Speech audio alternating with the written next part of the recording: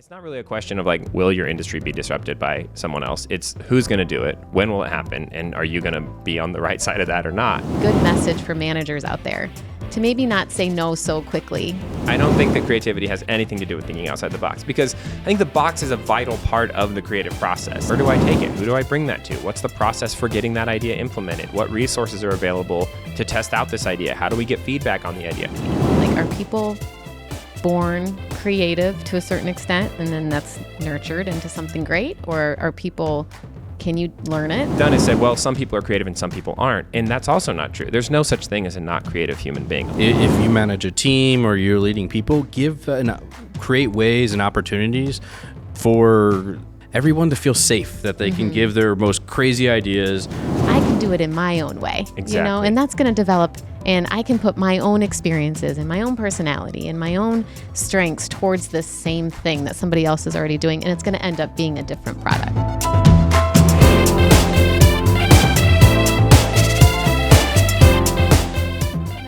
To another episode of Carpool Conversations. We are at Auto Care Connect in Phoenix, Arizona. And today we are tackling the subject of creativity. And we're going to see where this takes us, because I have two rather opposite guests with me, which I'm really excited about, and it was strategic. I have Brian Matthias here, who is the Senior Content Syndication Manager for Dorman Products. Welcome. Thank you for having me. I love the podcast. Happy to be here. Yes, I know. You've been a fan of the podcast since the beginning. Of course. It makes that ride into the office less painful. I feel like I'm learning and I'm doing my job at the same time, and it's just been great. That's amazing. I never get sick of hearing things like that. So thank you. It's so cool to have you on the show now. So thanks for being here. And then we have Kyle Scheele, who is the patron of Crazy Ideas. He's also a speaker, author, weirdo, and a rock enthusiast. That's true. But he really goes around and really encourages people to think big, think crazy, don't limit yourself, and think outside the box.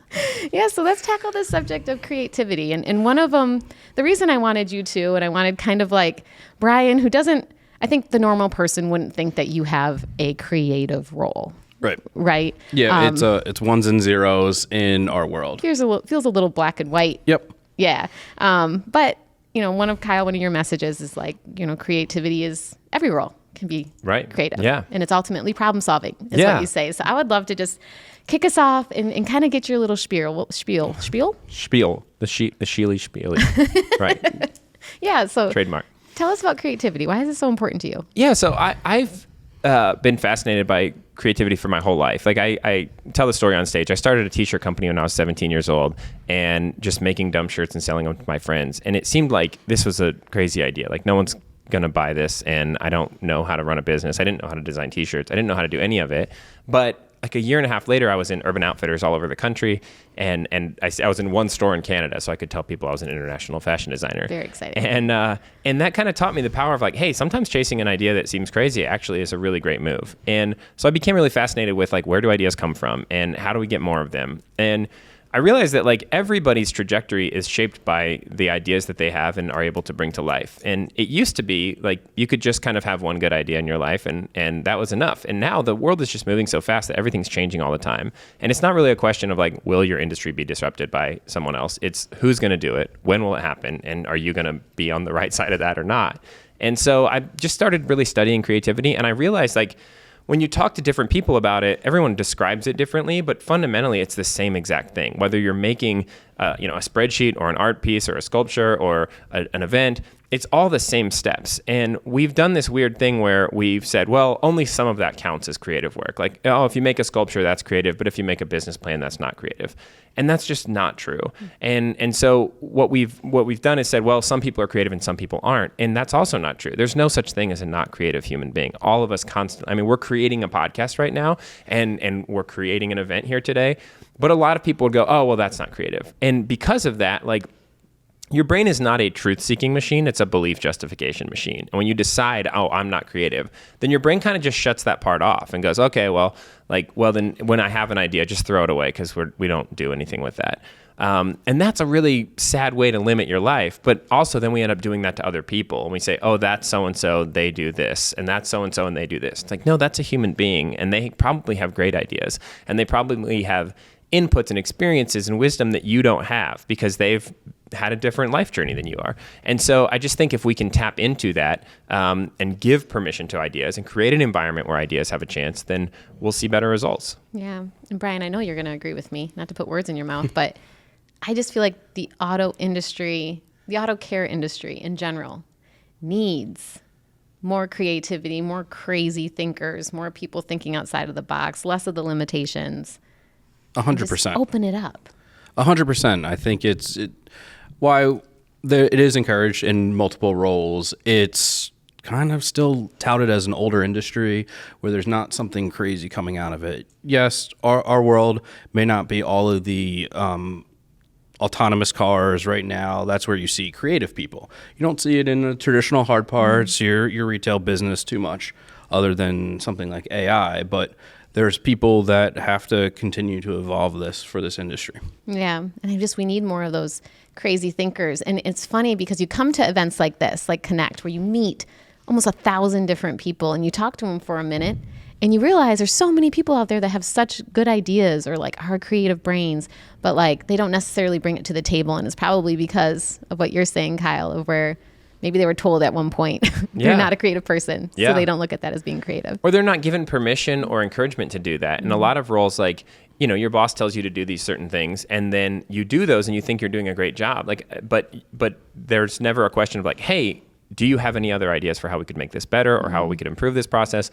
And so you only end up getting ideas from people who are naturally outspoken and who, like, I was always the guy who I always say I'm fundamentally unemployable because every job that I ever had, within 6 months, I would go, hey, why are we doing it this way? We should do it this other way. This would be better. And then they would just go, oh, I'll just keep doing it the way we're doing it. And that was kind of where I checked out. And I was like, oh, okay.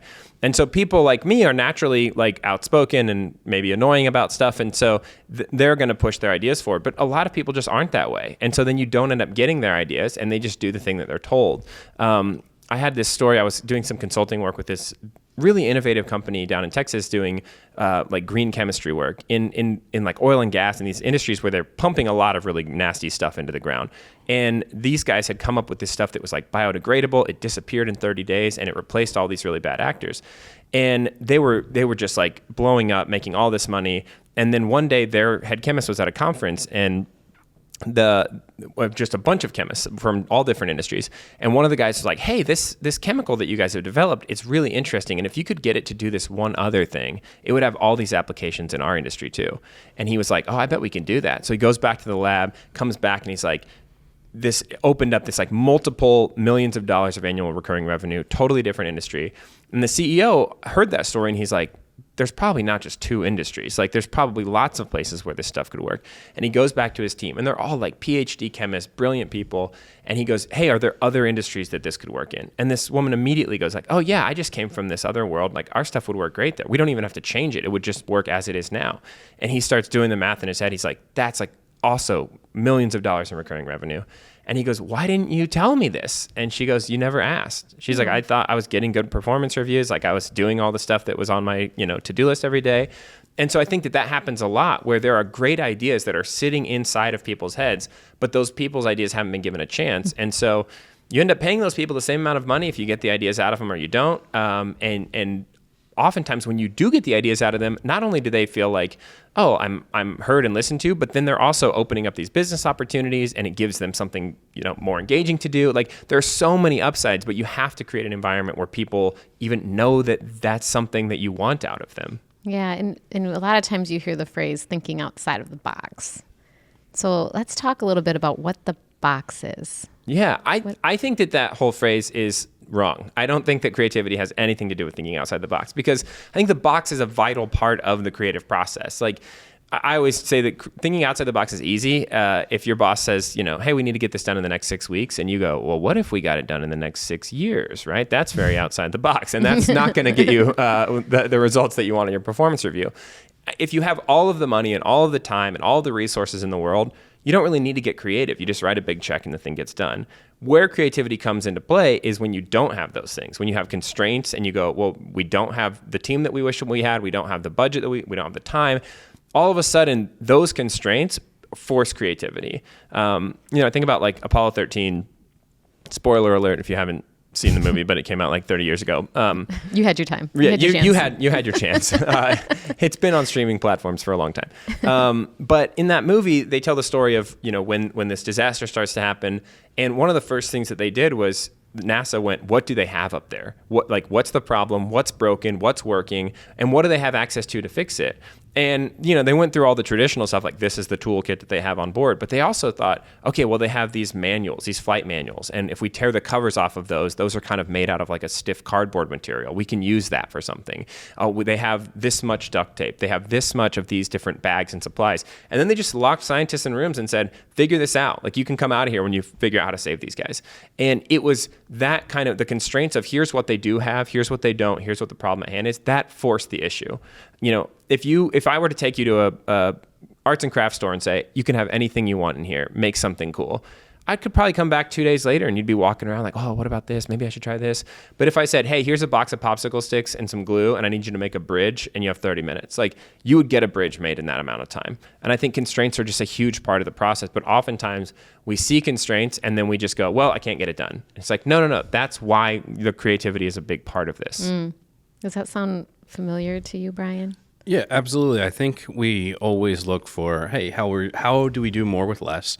And in scenarios that we've worked with through kind of customers, and it's an area where we have to kind of help them get to their end goal. But I think being creative is the part that really gets us the benefits with them. So a scenario would be, hey, a customer needs something by this certain date.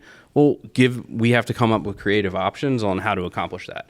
Usually the answer is like, no, we can't do exactly what you're asking, but try to figure it out through different options.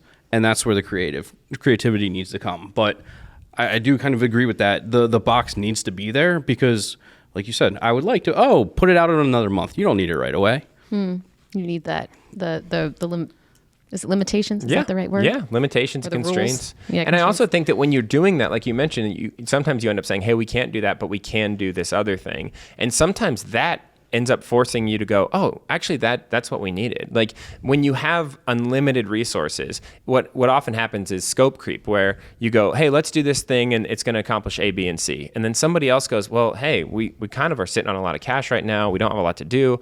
For only like 10% more, we could also do D, E, and F. And then pretty soon you've got like element OP and XYZ, and like you've got all this stuff in. And that's a recipe for something that never really gets done because it exponentially increases the timeline and the complexity. And even if it does get done, you end up with something that's like kind of good at a lot of things and not really very good at any one of those things. It's like a Swiss Army knife of like, it has all these functions. You're like, no one uses it for any of those things.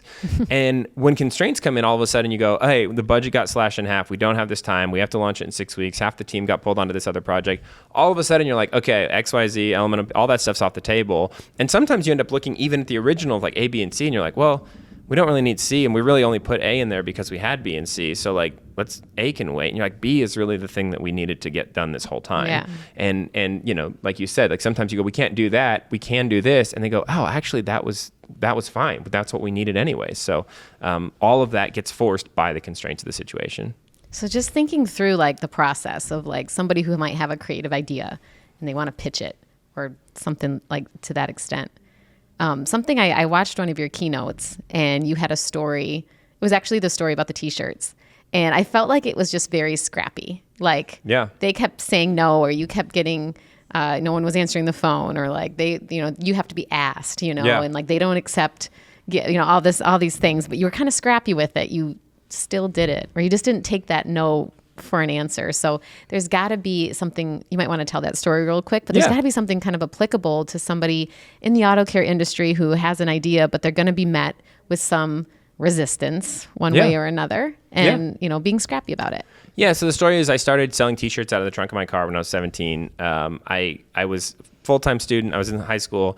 I was student body president. I was like applying to colleges. I didn't really have any window of time. I would apply to part-time jobs and they'd be like, you have 30 minutes of time every week that you could work here. Like you're not a good candidate. And so I needed some money. So I was like, I'll design t-shirts and sell them to my friends. And the first t-shirt I ever made had this old lady on it and it said, osteoporosis is bad to the bone.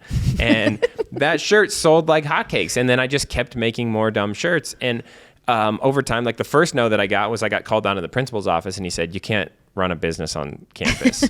And I was like, okay, well, where do school grounds end? And so then it became a thing where like me and my customers would walk to the edge of the parking lot at the end of the school day, and we would step into the street, and I would sell them a t-shirt. And I have this quote like on the screen in my keynote where my principal was like, as long as you don't get hit by a car, it's okay by me. And so like I realized, sometimes a no is just a no for this particular thing. He doesn't really care what I'm doing. He just has to be able to tell the school board, hey, I told him he couldn't do that. And then later, when I got into college, I was like, I want to try to get this into retail. And so I called Urban Outfitters, and they were just like, we don't accept unsolicited, submissions, and you have to have a contact here and all this stuff. And I just thought, I bet if I send them something cool, they'll open it. Like if I sent them a suitcase, like this vintage suitcase, I just mailed it to their office, and inside was like all of our products, our best-selling t-shirts. And then I made this book out of like a folded pair of pants. So it looked like these vintage corduroy pants. And then you opened it up and there was a catalog and all this stuff. And sure enough, I mailed it to him. And like a week later, this guy calls me and he's like, hey, I got your package. Like your suitcase is on my desk. And I was like, I thought you didn't accept unsolicited packages. So sometimes a no is like, it's kind of a filter. Like there are definitely times when someone says no, and that means no, and you should listen to that. But there are also plenty of times when someone says no because that's just what their policy is. And then later you find out, wait, that guy didn't get that. He went around, or he found a way in, or whatever. And it's just kind of like, that's the cost of admission to see, like, are you going to be scrappy? Are you going to give it a shot? And then even within projects, like sometimes your boss says this is the deadline, and then you find out, well, if I go over the deadline by 2 days, he's going to consider that still a win. Or like he said the deadline because he knew that we would be delayed. Or, I built a house a couple years ago. I thought that the budget we agreed on was the budget, and the builder had different thoughts about that. He was like, hey, we were only 20% over. That's incredible. And I'm like, that's not incredible. I'm the one paying for that. So sometimes you just realize like people say things all the time that they don't mean, and that, they're just saying that, or that's how it's been done in the past, or last time it took 6 months to do this. And so I think all of those expectations, like, yes, there are boundaries and there are hard yeses and nos, but also sometimes they don't know because they haven't seen the thing that you're trying to do. Mm-hmm. And sometimes you have to just believe in your idea and go, I think we could get this done, and I'm going to give it a shot. It's so funny. I have like a applicable stories for this, because like when we started this podcast and we pitched it, it was like a yes, like let's definitely do it. But just so you know, we already got our budget agreed on. We don't have any budget for this. So I spent like the first several months doing this with zero budget, and like really trying to be scrappy with where we spent our money and making sure we got the exact right equipment and trying to, make it as efficient as possible. And it turns out that was also loose, you know, and I was working really hard for these 6 months trying to like, no budget for this. But, that opened up, and that would have been probably cleared if I had just been a little bit more specific with my managers and been like, tell me more. What does this budget mean? Well, and also sometimes when the initial no is because you've never done a podcast before probably, and they're like, they've seen other employees before have ideas, and then nothing happens with them, and it feels like a waste. And they don't see how much you believe in this thing as much as you do. And then once you start actually putting in the time and making it happen, they're like, oh, this is really great. Like we'll help kind of pour some gas on this fire. Mm-hmm. But the initial no is usually because they're like, oh, this sounds like more homework for me. Mm. The first t-shirt that I ever designed before I was selling t-shirts in school, the kind of origin story of all of this was I was on the tennis team, and we were not a fancy school. It was this public high school, very rural. And so like we didn't have polo shirts and nice stuff. We had t-shirts every year that would just say the tennis team, thing on there. And our coach was like, hey, does anybody want to design this t-shirt? And I was kind of a smart ass, and I was like, oh, let's make one that says our high school is called Logan Rogersville. I was like, let's make it say Logan Rogersville Extreme Ping Pong Team instead of tennis team. I was like, that's kind of what tennis is. And so I made this whole thing, and it had this, just really over the top graphics and stuff. And I brought it to my coach, and he's like, we're not wearing those to meets. And I was like, well, we should sell them, because I had been drawing them like in class, and people were like, oh, I would buy that. He was like, no, we're not selling the t-shirts. And so I was just like, I'll just sell them. So I just went around to all my friends. I was like, hey, would you guys want to buy one? And we sold like over 100 of these t-shirts. And then I made everyone pay up front. So then I have like $1,500 in cash or something. And I go back to my coach, and I was like, hey, I went ahead and sold all these t-shirts. So either you can have the money for the tennis team, or I'm just going to keep it. And he was like, oh, that sounds great. Like, I didn't think that you would do it. And I realized later, he's a teacher, he's a coach, he's a parent, he's a husband. Like, he has so many things on his plate. And when a 17-year-old comes in and is like, we should do this, he just hears like, that's more stuff that I have to do now. And when I was like, I'll just do it all, then he was like very open to it. So I think that, sometimes you just got to question like, well, is this really a no, or is this a no to the idea that they have in their head of what your idea is? And maybe those are different things. There's like a critical thinking or like emotional intelligence part of this creativity. Can you think of any other applicable stories in your life, Brian, where maybe you hadn't? Because I'm thinking of so many projects where I'm like, I got a no, and I took the no. And then I was like, okay, they don't want to do it. Yeah, I would say the content professional is used to the no of we have our kind of set processes, you continue to do that. But when you're able to kind of break out from that and, hey, I did this on at night, I made this little database, made this little tool, here's how it works. And you get kind of your own time in front of the camera per se, where you present something you worked on the side, and it's like, whoa. Okay, you can make that part of your job now.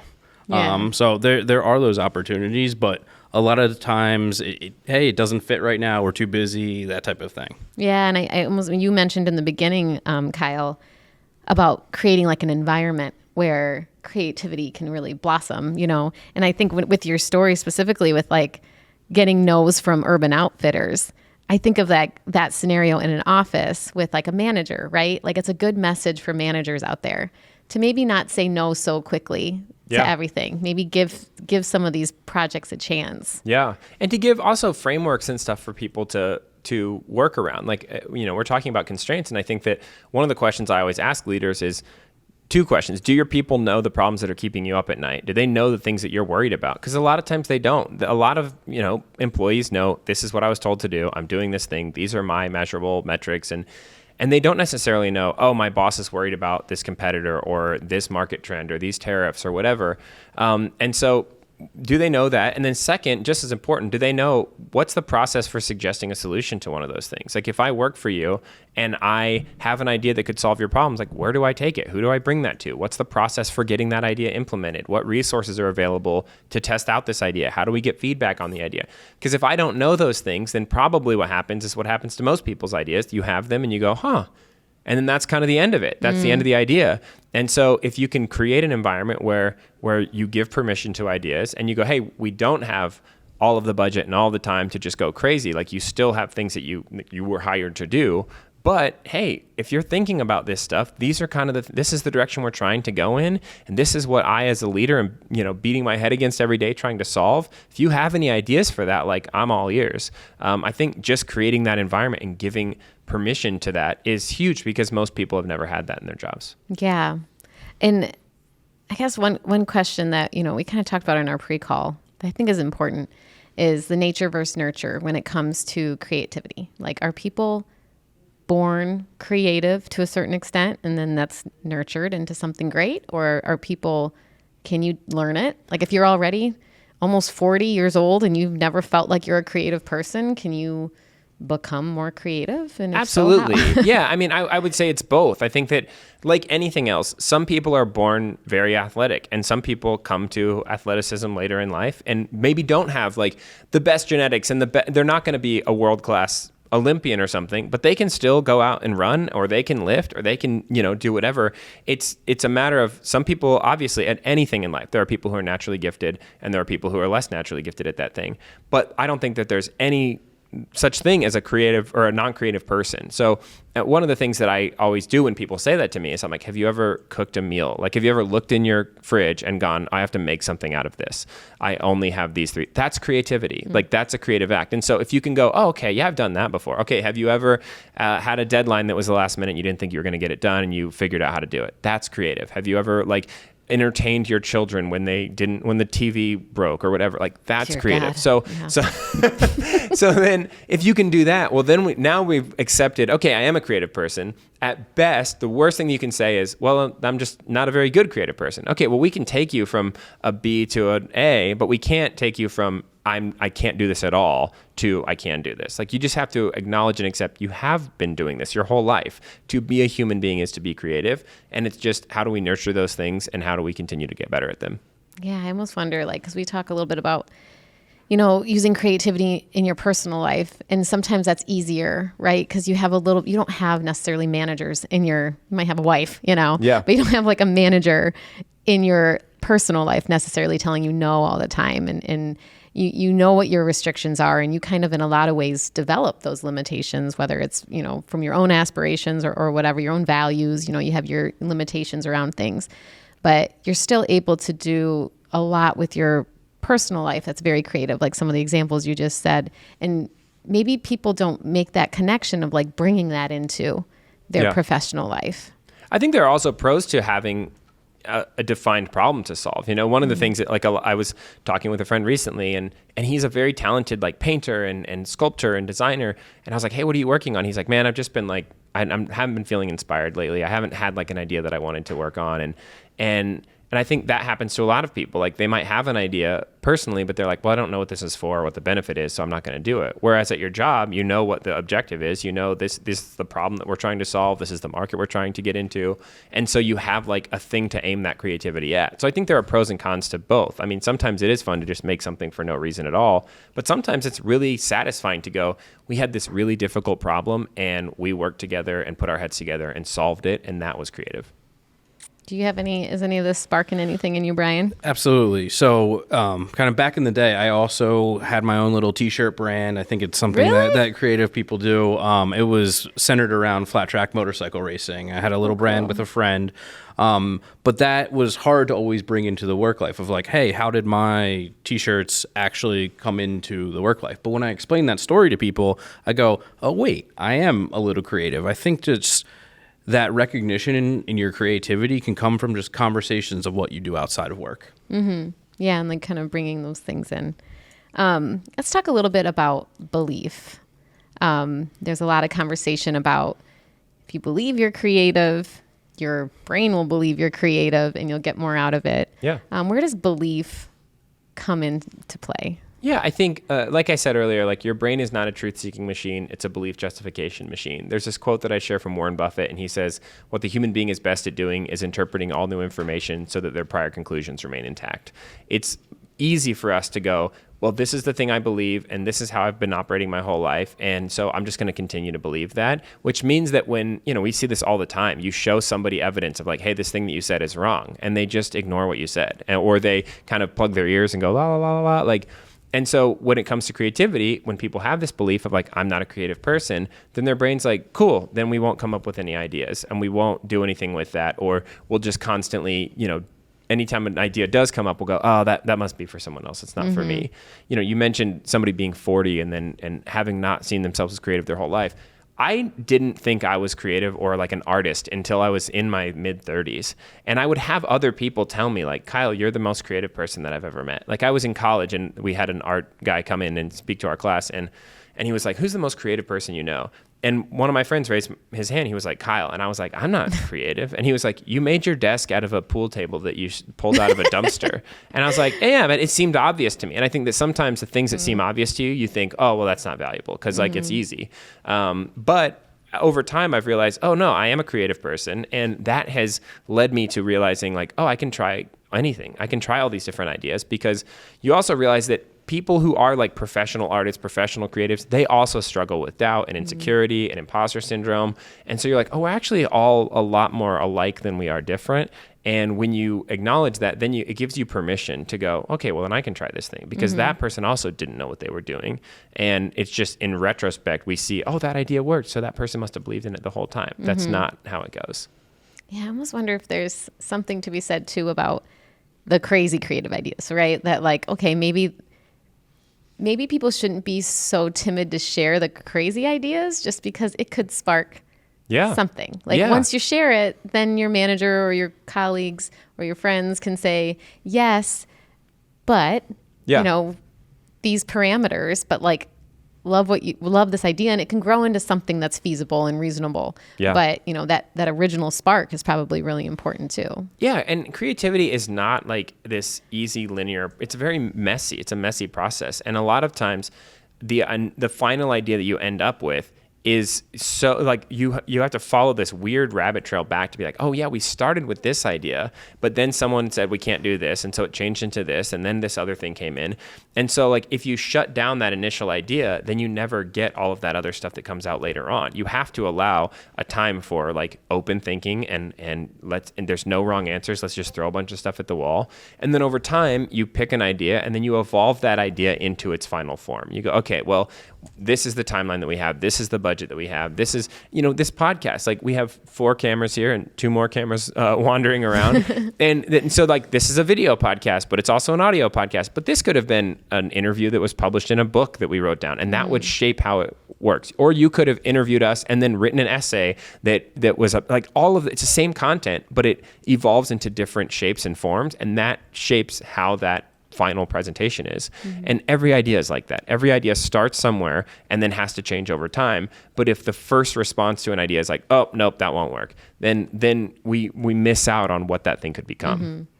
Yeah, and Brian, I'm thinking because we did our first couple open mics with ACPN yesterday, and it was with the chair and the vice chair, Courtney Pedler and Ryan Bachman. And the last question I asked was, how do we get more people into this field for our industry, right? Like that is a problem and we sat there and kind of talked about how we don't really know, right? But like that feels like an area that could really use some crazy ideas to start with, right? Yep, absolutely. That's an area where I'm 100% passionate about. I think that there are some roles that as a kid in high school, you don't know that data and content, all car parts get on a website or that type of information actually exists, that there's people that do that. I certainly didn't. I loved cars. I went to college and I just kind of fell into the automotive aftermarket. I know people are not falling to the automotive aftermarket, but had you captured me, who I built websites as a kid, I loved cars, this wound up being the perfect role for someone like me. And how can we find those people that have that passion for cars and have that passion for websites, creativity, video production, that type of thing? Yeah. So what do we say, Kyle? What do we do? Do we throw a party and dig out rocks?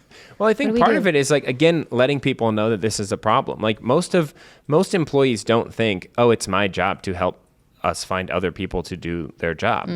But when you create a culture where one, it's a fun place to work, people feel like that their ideas are valued and heard, that becomes its own recruiting mechanism. My wife got a job a couple years ago working for this company that does video production. They review fitness products. And she is constantly talking about how great her job is and how much she loves it and how great the company is and the culture. And as a result, like a ton of her friends have started going like, oh, I kind of hate my job. Like, is your company hiring? And it's become this like kind of a joke that there's this, my wife's name is Lindsay. So there's like Lindsay Industrial Complex that has like grown up because she's just talking about it all the time. And then the company goes, hey, we need someone to do this. Do you know anyone who does that? And she's like, yeah. Like, so again, just giving people permission and saying, hey, do you know anyone who does these skills or who would be a good fit for this role? There's so much data that most people don't find jobs through job recruitment websites and things like that. They find it because somebody told them about it. And they go, oh, my friend, his company is hiring for this.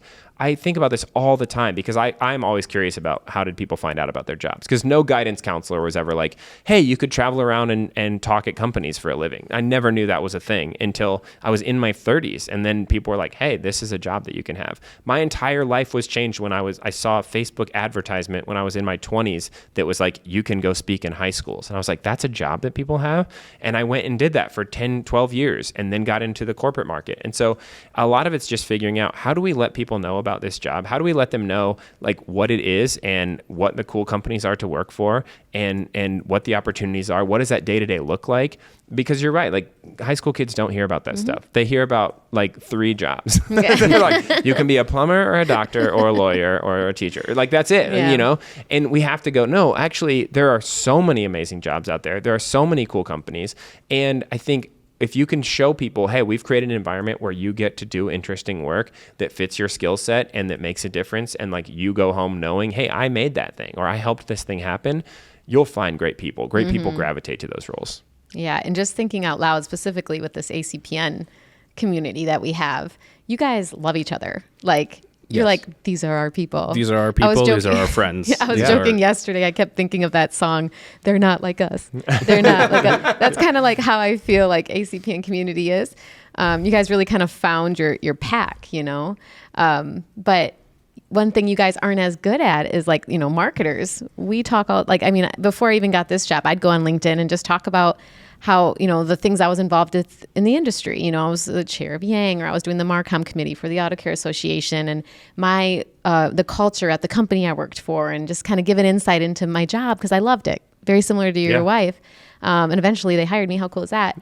But I don't think that that's something that necessarily like a content professional might be as privy to, or feel like it's as necessary maybe. Or maybe there's a box there that maybe is even imaginary that, you know, we should think about. You know, you guys have some creative people working now on the ACPN Council, very creative social media workers, you know, doing some really great work. And it's the awareness piece that needs that innovation. Absolutely. I think it's that exposure to those creative people. There are some very creative people in our community, and we're starting to see some of them really take their personal branding to the next level.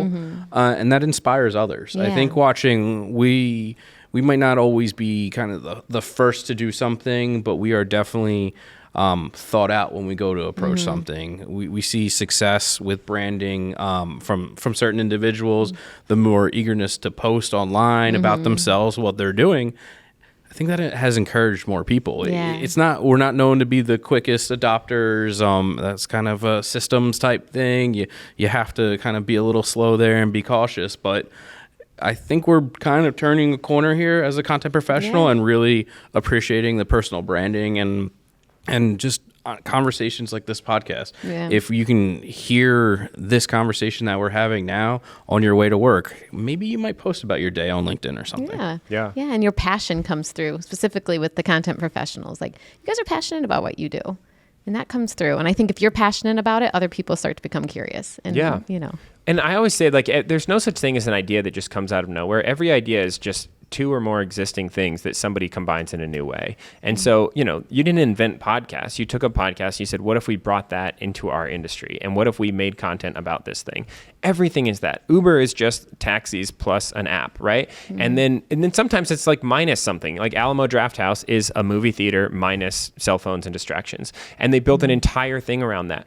And so oftentimes the ideas that are most creative and outside of the box, not that I believe in that, but they seem that way or get that label, are things that nobody thought to combine before. And so sometimes it's just permission of going, oh, we've always been, like you said, okay, we're these systems-based people, we don't move that fast. And then all of a sudden one person does. And someone's like, hey, what if I took your inspiration of what you did with LinkedIn and all this stuff? Why can't I do that? No one's done it yet, but why don't I just try that? Absolutely. And then as soon as that happens, everybody else goes, oh, you can do that, right? As soon as Uber started, now there's all of these other ride-sharing apps. And that's what happens with innovation is once somebody combines those things, then everyone else goes, oh, I'd never thought of that before. And they just took something out of some other domain and they brought it over and connected it. And I think that's where a lot of the magic happens. It's so funny. You just said minus something, and I wrote in my first Waymo yesterday.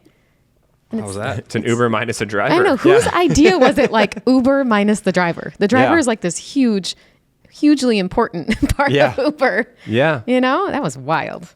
I don't know Those why things terrify me. It's scary when I that see they them driving down the street with their big LiDAR thing spinning around on the top. I don't understand why they keep the steering wheel there. Yeah. Because that's the creepy part. It's a ghost driver. Yeah. Just get rid of it, you know? So let's kind of wrap this up. I'd love to go around the room and just kind of give, you know, a lot of information we just shared, but if there was one thing that you really want to make sure that the audience walks away with, what do each of us hope that is? Kyle, we'll start with you. Yeah, I just think understand that you, as a human being, you are a creative creature. Like that is just part of your DNA. That is part of you.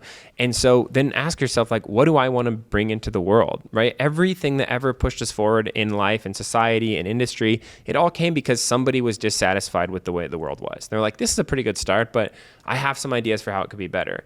And they didn't. What most people do is they just bury that away, and they just kind of like are resentful about the way that things are, or they wish it was better. But what moves us forward is when people take those ideas out of their head and out of their heart, and they put them out into the world, and they're like, I'm going to give this a shot. You absolutely you, if you're listening to this podcast, you have things that you have thought, oh, it'd be cool if this happened. And you can get to the end of your life and die and have never tried that. Or you can go like, I'm going to give it a shot. And maybe it'll work out, maybe it won't. But the more that you do that, you build this muscle of going, I'm a person who can affect change. I'm a person who brings things into the world. I'm a person who tries things. And that makes your life more interesting. It connects you with other people. It just makes the world better. So if you've been your whole life, however old you are, thinking, oh, I'm not really a creative person, stop saying that and start thinking about like, well, what's a small step that I could take today to make this product a little bit better, or this system a little bit more efficient, or whatever it is. And then just take a small step towards that and see what happens. Love that. What about you, Brian? I think for us in this industry, it's find ways to enable creativity. If you manage a team or you're leading people, create ways and opportunities for you to have brainstorming sessions, or just everyone to feel safe that they can give their most crazy ideas, where you can tell them shoot for the stars, but hey, we'll provide a little bit of gravity to that situation. Yeah. And I think those opportunities showing up more will help our industry.